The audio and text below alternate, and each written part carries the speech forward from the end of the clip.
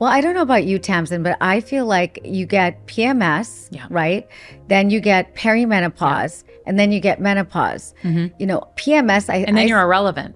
And then you're irrelevant. In the healthcare system. Absolutely. And that's not okay. Well, PMS I equate to problem is a male species. Yeah. And then, but everything has men in it. Yeah, I know. Perimenopause, menopause. So I guess men are the problem. Right? I guess so. Sorry, men. The following podcast is a Healthy Dog production. Welcome to the Healthy Dog Podcast. I'm your host, Dr. Nigma Talib. I'm a leading naturopathic doctor now for over 20 years, and I've consulted thousands of patients with chronic illnesses. I've had clinics all over the world, and I have a #1 bestseller, Younger Skin Starts in the Gut. Listen, I know there's a lot of health information out there in the health and wellness world, and it can be a bit overwhelming. So I'm here to set the record straight and give you my expertise along with my expert guests here in studio in sunny Los Angeles. I only take drugs with other people who take them on a regular basis because I don't have time for that. A lot of chronic diseases stem from mitochondrial dysfunction. Yes. And you know what I love talking about, right? Poop. Yes. You can ask me about my poop? Yeah, I'm going to talk about poop. Okay, please. This podcast is your go-to for achieving optimal wellness from the best of beauty and longevity and everything in between, because after all, wellness comes from the inside out. Welcome to the Healthy Dog Podcast. I'm your host, Dr. Nigma Talib. I have an incredible guest today, and we're going to talk about something that all women need to hear, and it's on the topic of menopause. She is an Emmy Award-winning journalist, and she's written an incredible book that is coming out, How to Menopause, as well as she's done an incredible documentary called The M Factor. Today with us is Tamsen Fadal. Thank you so much for being here. Thank you. I'm so appreciative. And I see you have... I have a new friend. Yeah. He loves you right away. He's like, he wants I'm so you relaxed here. I'm so comfortable. Your body's secreting lots of oxytocin, right? I've been following you on Instagram, and you are really doing some incredible things for women. You're really vulnerable. You share things that a lot of people think about, but they don't say it. And it really resonated with me. And I saw you on Instagram, and I'm like, I need to interview her. And you were so gracious, and you responded right away. So thank you so much for having my listeners listen to you. Oh, thank you so much. I read also something that you'd said. I want to start off with what you said on one of your Instagrams. You were like, you got divorced when you were in perimenopause, and then you got married when you were in menopause. Yes. So let's go. I timed it out perfectly. Seriously, nobody could have timed that better. So I want to learn about your journey, because you've been a journalist for 30 years. Yeah. And an award-winning journalist, an Emmy Award-winning. And what made you pivot and go, I'm going to talk about menopause all of a sudden? Yeah, it's funny. I don't know. It's what happened to me, really, is what it was. And if I'd thought 5 years ago, you're going to be talking about menopause and sharing your sex life, I would have said no, I don't think so. I'm never going to show the world any flaws. But it was something that happened to me. It happened in the studio. I landed on the floor of the bathroom during a live broadcast, and didn't know what was going on with me, and thought it was such a unique story. And then come to realize that so many women were very confused with a lot of their symptoms of perimenopause. And I went doctor to doctor to get some answers. Didn't know what was going on. And I finally got a message in my patient portal that said, "In menopause, any questions?" And that set me on this journey of, yes, I have a lot of questions. I can't even believe I'm too young for menopause. That was 49 at the time. So obviously the average age, perfectly on time. And I think that the more questions I asked, the more people I realized that were very confused by what was happening, the more I realized that I wanted to dive in, ask questions, and bridge that gap between the experts and in the audience. How was your perimenopause journey? Because I would say my perimenopause journey was worse. Yeah. Yes. And you don't know what's going on. And it's about 10 years prior to you actually hitting menopause. And once you hit menopause, at least in the UK, they talk about it a bit more. They say you're having the change of life. Yeah. At least so you know nice. something's going on. I'll tell you this. I didn't know I was in perimenopause. I didn't know at all. I didn't know all the symptoms of not being able to fall asleep anymore so easily, gaining weight in places I hadn't gained weight forever, my arms feeling different than they'd ever felt before. I wouldn't have sat in this white chair. I would have been like sitting on my leg and just be worried that I didn't know. On white, I would be petrified that, what if I bled through, because I'd have my period like very, very heavy all different times randomly. So I just think it was this time of like, well, who am I? I know I asked that a lot, and I didn't know what was going on. I just didn't feel like, who I knew I was. And that perimenopause journey for women listening, this is not just about menopause. This is, graduating into the menopause and starting off with that, the symptoms of heavy bleeding. I mean, it's like a murder scene for some women. Yeah. It's like, And scary. And scary. And, they have to wear 10 pairs of pants or underwear or, definitely can't like sit on a couch or anything like that. Yeah, I would have a, during the newscast, I'd stuff a tampon down in between my bra and I'd run to the bathroom real fast, change it, and run back between commercial breaks because I was so, I never knew what was going to happen. And that's uncomfortable and unnerving, and would just, I was constantly like watching for that, making sure I was okay, not knowing what was wrong. Never one time did anybody tell me that. They told me it was stress. I was put on Lexapro. I was anxious, and I went, oh my gosh, I look back, all those things were perimenopause. It's such an interesting journey because women of that age bracket are ignored because they're definitely told they're not in menopause. But then what are they in? Yeah. And what is perimenopause? So I don't know if you know this, I'm writing my second book on the whole journey, the hormone journey. Wonderful. And going through, different naturopathic solutions and alternatives to what the mainstream HRT. Not that there's anything wrong with HRT, but we need options. You need to be doing adjunct therapy with HRT because, as we know, estrogen receptors, the receptor might be not ready to accept the estrogen, and essentially things like digestion, bloating, gas, constipation, all relate to, potential health issues. No question. That could be related to hormone decline. True wellness lives in the smallest details: the air you breathe, the water you wash with, and the surfaces you touch. That's why Koala Eco, with their beautiful botanical ranges for home, laundry, body, and even pets, is the only brand I trust. Elegant living without compromise. Visit koalaeco.com, that's KOALAECO.com, and use my code HEALTHYDOG15 for 15% off your first order. So now you're on this journey. You decide, okay, I'm going to discuss menopause. I'm going to as a reporter and a journalist, I'm going to shout from the rooftops about what menopause is. Right. You've done this incredible documentary and it just launched in October. It's called The M Factor. I love the name. That's just so clever. What made you do this documentary and how did you get involved in that? Yeah, I just knew there were a lot of questions that I had. I knew there were a lot of questions women had. And I think I started doing some different interviews on Instagram. That's kind of where I started everything. And I realized every time I talked to an expert or a doctor or a sleep expert or a fitness person, I was like, oh my gosh, this information is so important. I've got to share this. And then I was introduced to a woman named Joanne Lamarca Matheson, and she had come from the Today Show, and she had left her job. She'd been having, menopause symptoms, brain fog, all sorts of things. And we got to talking. We were on the phone for an hour and a half one day, and I said, we need to share this information with the masses. There's going to be 1 billion women in menopause at some point. So we set out, this was toward the end of the pandemic. We went into Times Square and I was like, let's just see if we can get a temperature on what people think about. I mean, it was so innocent how we started this. And so we were with our iPhones freezing with masks on in the middle of Times Square. People were like, what do you want? And so I'm like, menopause. Were you in menopause? But so fast forward, we met some documentarians on the West Coast, and we all four came together and said, we've got to really do this in a big way and find some of the leading experts around the country and do as much as we can. And I always say, we didn't have all the answers, but we had a lot of questions.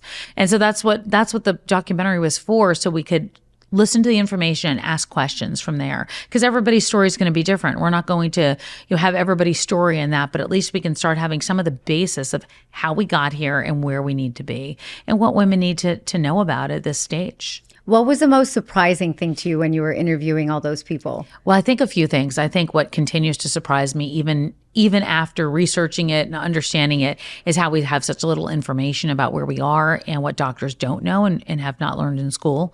I think that's the first big thing. I think the second thing is understanding that the estrogen receptors are all over our body and dental health is a part of it. Like there's nothing that is untouched by that. And I think that's a big deal for women to understand so they don't feel like there's something wrong with them. Because that's where we have to get. We have to make sure it's not that we're here to solve everyone's symptoms. It's that we're here to let you know that you're not alone and that there are solutions out there and there are experts that we want to bridge them with. And I think that's the critical part of it all. Absolutely. And we are, like you said, we are outliving the lifespan of our ovaries. Sure. Right? Sure. And just because we're not, ovulating and we're not able to, have children doesn't mean we're useless, irrelevant, invisible, washed up. That's what a lot of women feel. I know. And which doesn't make sense because you look at a lot of women, they're running for office in their 50s. They're, superstars, singers, having concerts all over the world, touring, and women in their 50s, they're killing it. So it's like, what are they doing that's different than other women in their 50s? I think they're beginning to understand who they are and coming into their power and owning it. And I think it has to start though with feeling better.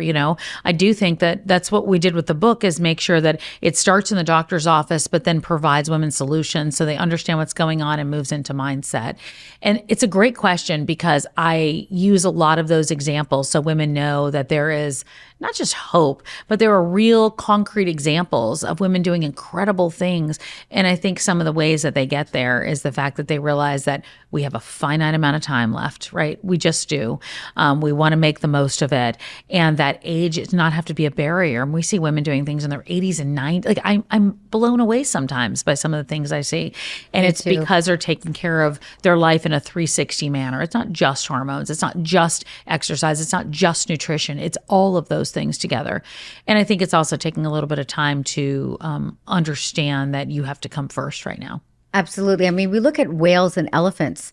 They're one of the few species in the animal kingdom that live longer than their fertility, and in addition to humans. I mean, so it's an interesting journey of why these, the elder of the elephants, how they're the wise and the killer whales and how they lead their, the young to the salmon, for food. So there's just all this wisdom in this journey, living past your ovarian lifespan. Yeah, there really is. And I think we have a lot to learn from these women and from us.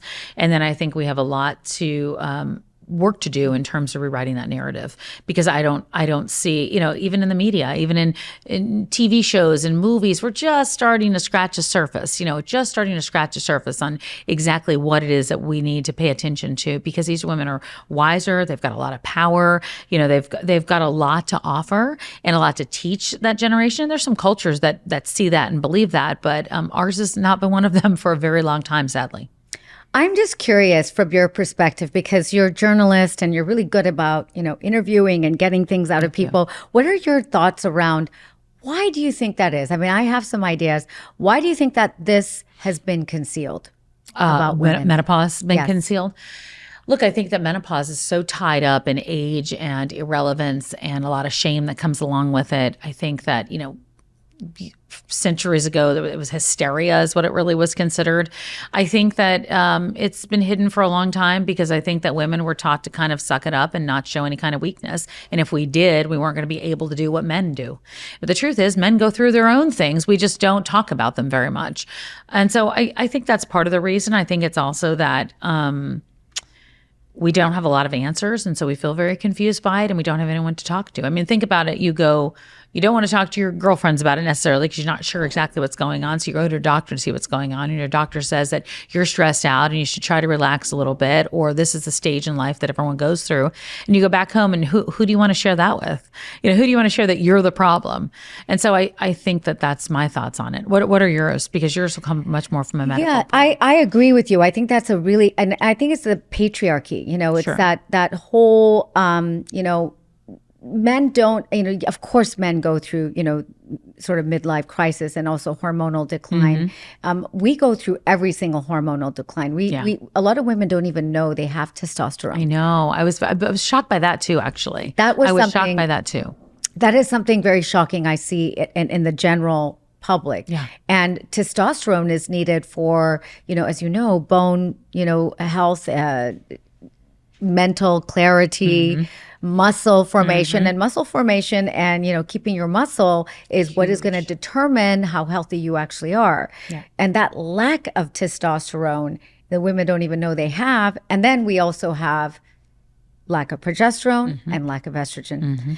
And then couple that with adrenal hormone fatigue. Yeah. So it's like a walking disaster. And I run lab tests on every patient. So I've been running lab tests for 20 years. Wow. And worked very closely with Genova Diagnostics when I first started practicing. So I really understand how to functionally assess for hormonal imbalance. And the levels are frightening in women in as early as now their 30s. I'm seeing going into perimenopause. Yeah, I believe that.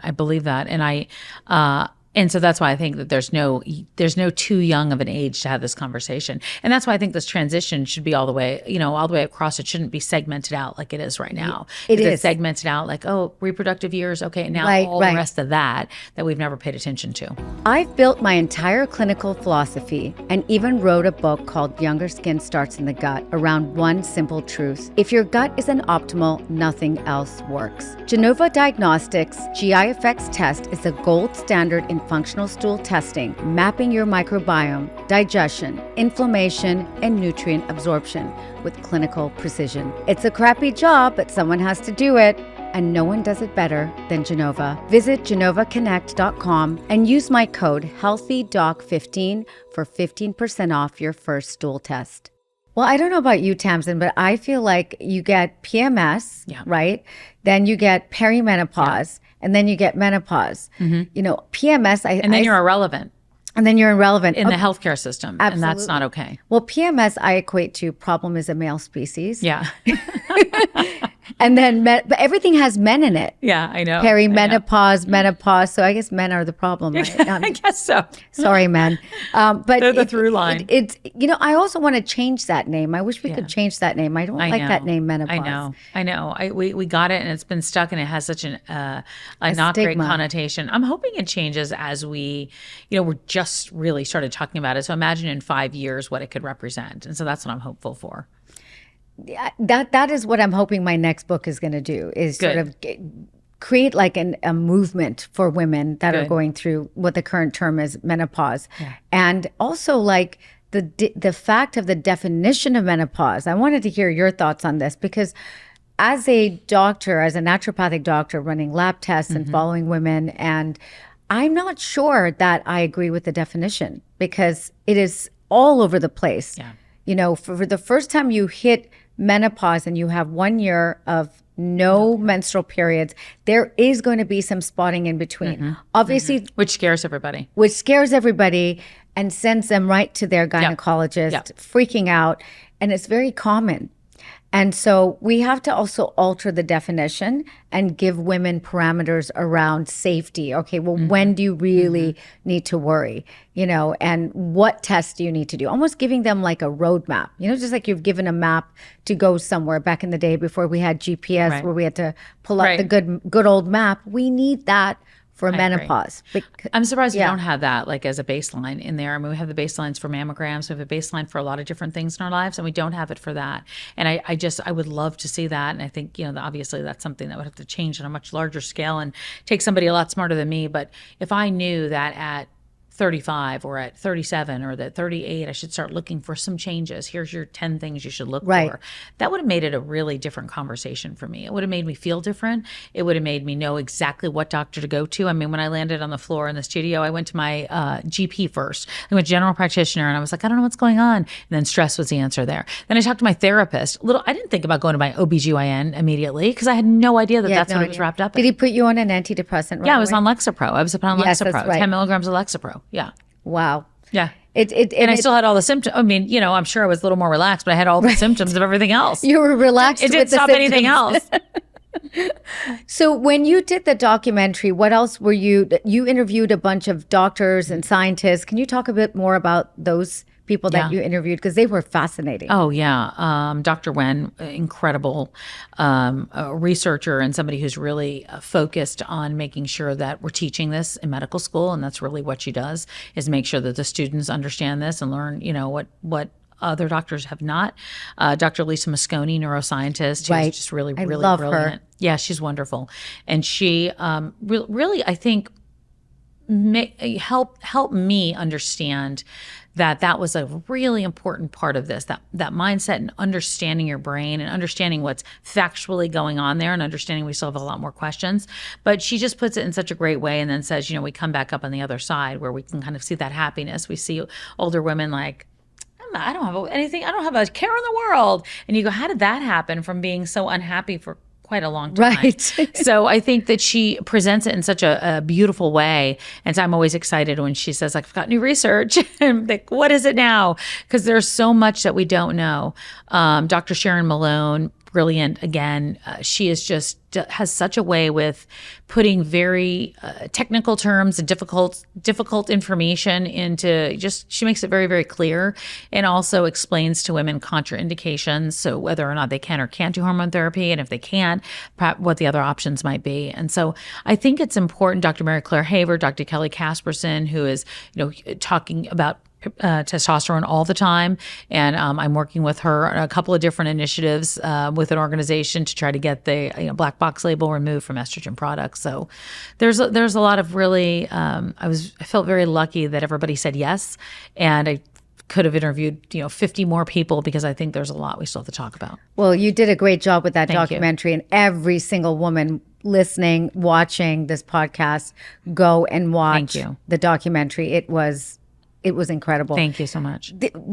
Coming back though, I want to discuss the reason why we're in this predicament. Part of the reason, I think, is the 2002 study. Mm-hmm. Yeah. That scared a lot of women. Yeah. Did you interview anyone or talk to anyone about that study? And, the research showed that women taking HRT plummeted. Mm-hmm. Can we talk about that a bit? Yeah, it went to, I think it was like 40 to 4%, and I think it's even lower right now of the women taking it. Dr. Mary Jane Mingan and Dr. Malone were both practicing, right in the height of all of it. And they said that after that study came out and those headlines came across the news from the WHI study, that their phones were ringing off the hook, and women were like, what is going on? I'm flushing my hormones down the toilet. And that's really what happened. I mean, women were petrified. The one thing, I was in a room with Dr. Avram Blooming, and he was on stage speaking, and he said to the audience, like, how many of you are worried about heart disease? And a couple of people raised their hand. How many of you are worried about, I don't remember the other things, bone health? Mm-hmm. A couple of people, maybe one or two raised their hand. How many of you are worried about breast cancer? In the entire room, every hand went up in the room, because that is our fear as women. I lost my mother and my stepmother to breast cancer. Big fear of mine. It was always the cloud that hung over me. Mm-hmm. But after that study, it just kind of doubled down on the fact that that's what women are afraid of. And so women equated estrogen, hormone therapy, breast cancer, and then that was it. That's all you had to say. And so I think we've had to do a lot to kind of dig ourselves out of what that is. And we still have a lot of work to do to explain what else? What other options do we have? What else do we need to know about this? What do we do with testosterone? And so there's a lot of questions that are really, as much as we know, we have so many more questions to ask and answer. Absolutely. And, the study was done on postmenopausal women too. Yeah. So it didn't even do the smokers. Yeah. And so of course that is going to increase your risk. And estrogen, it also is something that shouldn't be just thrown out like candy. No, it doesn't work on everyone very well. Yeah. You can put a woman on a high. I remember seeing this one patient, and she was put on a bolus of large amounts of estrogen, and thankfully her gynae put her on progesterone as well, knowing that would help reduce the risks for cancer. But after 6 months, it wasn't working for her anymore. Right. She felt like hallelujah. She saw the light. Yeah. She was so feeling, you see all my patients that get on these hormones that their doctors are just now throwing them on. but not looking at the breakdown of those metabolites and looking at things like MTHFR, methylation defects, which can make a huge difference on how you metabolize hormones, how you metabolize B12 folate. So there's a big picture to this hormone cascade.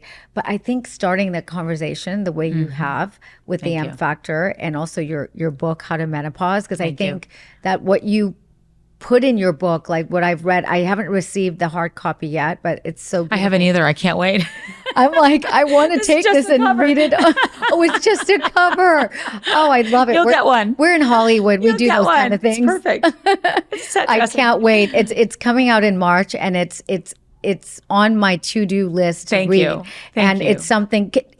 I know the book's not out yet. Can you give us a sneak peek? Yes, as of to course. what's in the book? Of course. I wanted to make sure it came out of the doctor's office, so it wasn't just there. So we do start in the doctor's office. There's 42 experts in it. A lot of the experts that are in the film, a lot of experts that are not in the film, because we could only fit a certain amount there. And what I wanted to do was break down like the kind of the gifts, the fears, and the facts of menopause. So we start there, and then we move into symptoms. So you say, okay, I've got 10 of those. Now I kind of know where I'm headed. And I wanted it to be the roadmap that you're talking about, to say, what do I do next? So now I'm in the roadmap. Now I need to first, and I struggled with this part. I struggled with what comes first. Do we need sleep more? Do we need our brains taken care of more? Do we need eat more?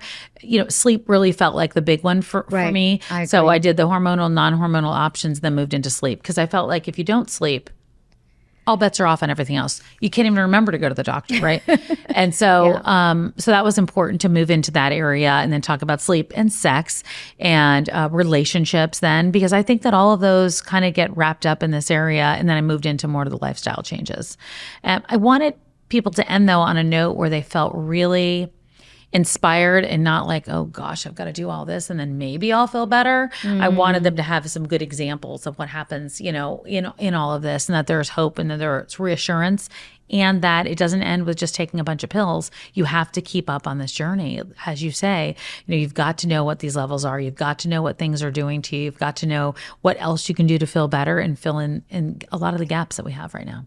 I know. And I explained it to my patients. I said, well, if you're driving a 55-year-old Porsche through the Sahara Desert and through the mud and sludging it around, how do you think that Porsche is going to, hold up, right? You've got to you'd fill the car up with gas, wouldn't you? Of course. If you had to drive it along. And I think we forget to do that as women, we forget to nurture ourselves because we're too busy nurturing everybody else, our kids. And now we're at an age where our parents are getting older. Yeah, of course. And, we're now taking care of our parents. We're working, you've written a new book. I mean, it's a lot. It does. I said I used to live by, every day was a to-do list for me. I didn't live my life. I was just lived a to-do list.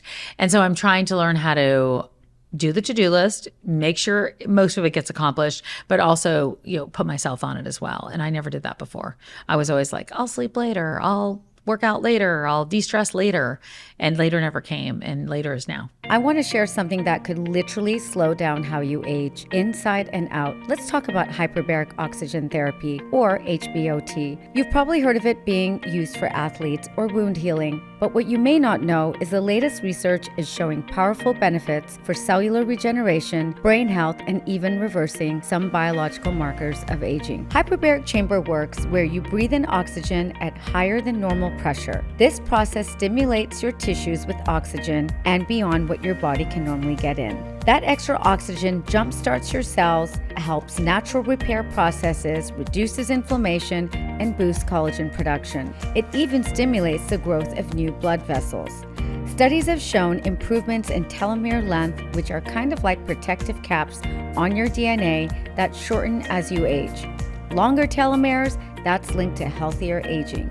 If you're feeling the effects of aging, maybe it's slower recovery, brain fog, or skin that's lost its luster and glow, hyperbaric oxygen might be a powerful tool to help you feel sharper, stronger, and more vibrant. Go to oxyhealth.com, that's OXYHEALTH.com, and type in discount code HEALTHYDOC10 for your first order. I want to know what your tips are. I want to know your personal journey in terms of what you did to get out. You were on the bathroom floor. You were, you didn't know what was wrong with you. And then you took control. You started interviewing doctors and you wanted to find out what was going on. What was your journey? If you can take us through that and kind of the things that worked, the things that didn't work. Yeah, of course. Well, so because of my fear of breast cancer, and I'd had it for a long time, when I was given hormone therapy the first 2 times, I was like, oh, I'm not doing that. I don't know. I'm scared. My mom, so that was a learning curve for me. It was a big learning curve. And I finally found it. I had to fire my doctor. I had to fire my doctor. What in happened? Like 15 years. Well, that was the doctor that said in menopause, any questions? And that was it. And I thought like, what? And so I was so angry by that response. And at that point, I didn't have this community around going like, if your doctor's not listening, I didn't have that. I just had this weird kind of, seemingly flippant answer.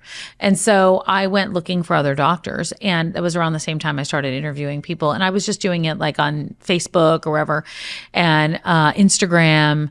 And I think at this point I was in a place where I felt like frustrated and confused and not knowing what was next.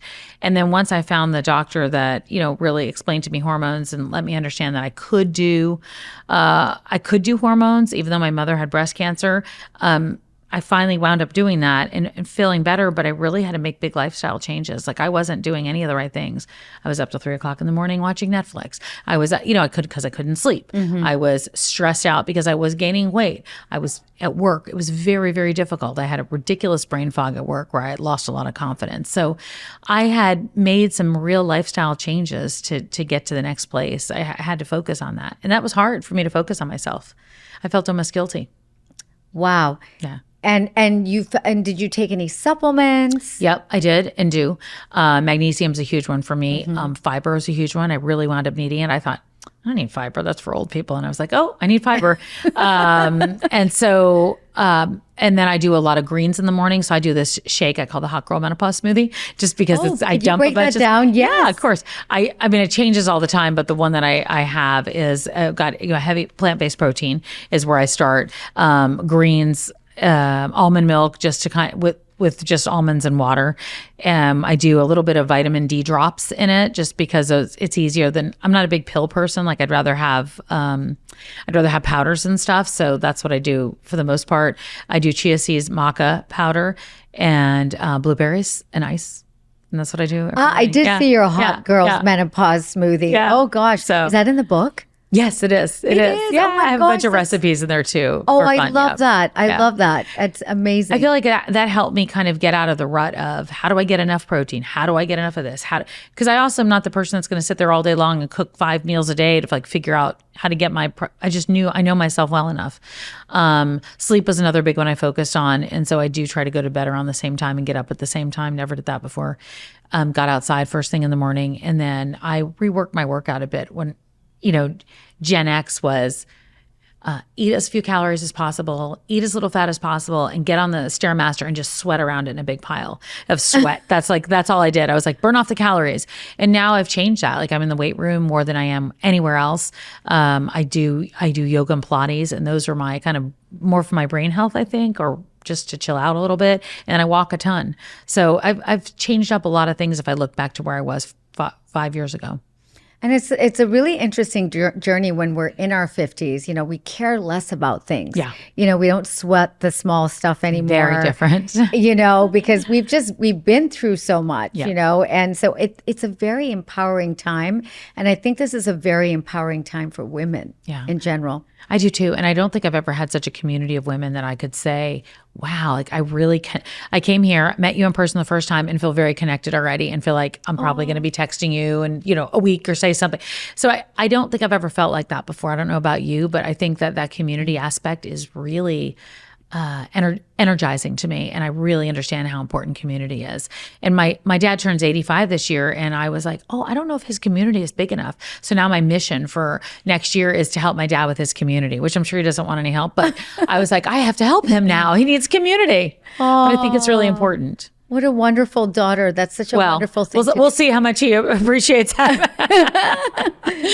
Well, you know what? I think you've done such an amazing job. I mean, you can see it on your Instagram, the way people are interacting with you. Thank you. You've changed a lot of people's lives. I mean, your documentary alone has over 1 million views. I mean, did you ever in a million years think this would happen? No, we thought we were putting it up on YouTube. We didn't know what we were, Wow. really did not know.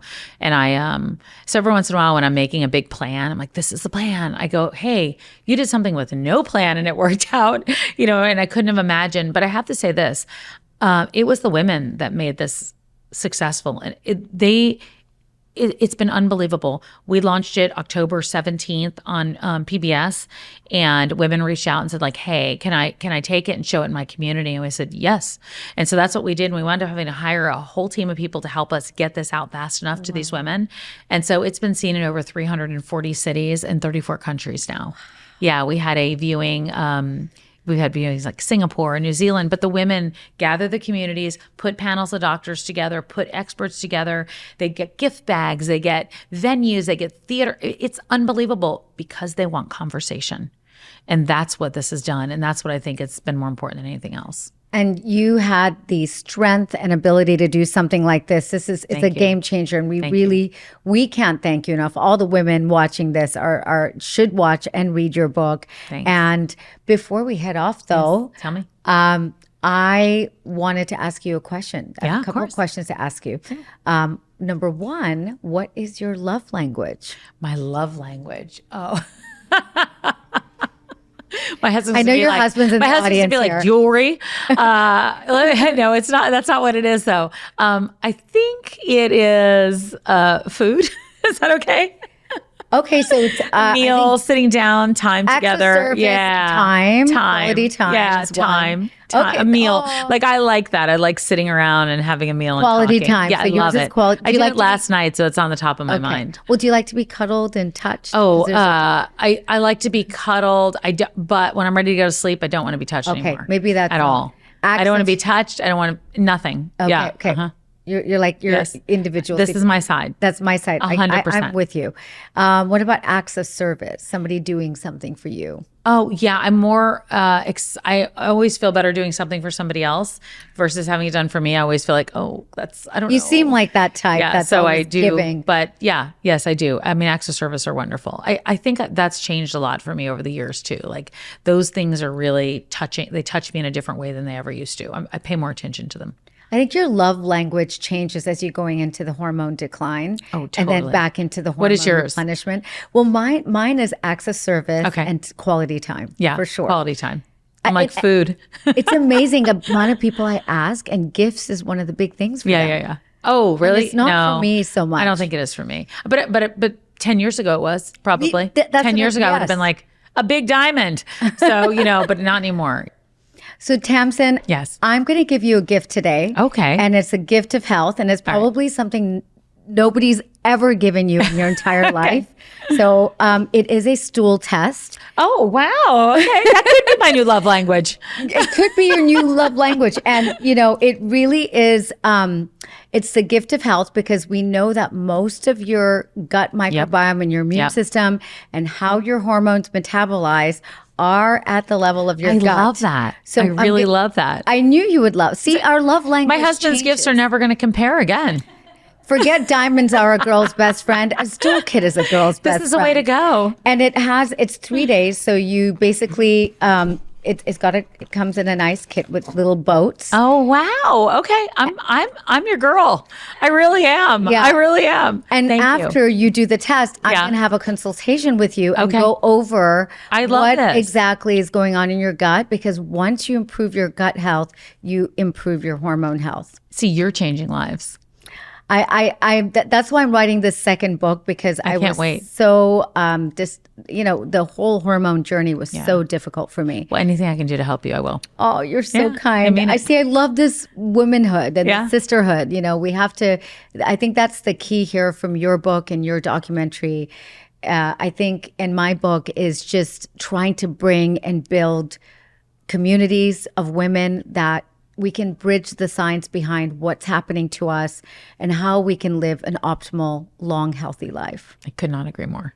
So Tamsen, where can people find you? Yeah, I am on Instagram or social anywhere at Tamsen Fadal, and How to Menopause is the website right now for the book.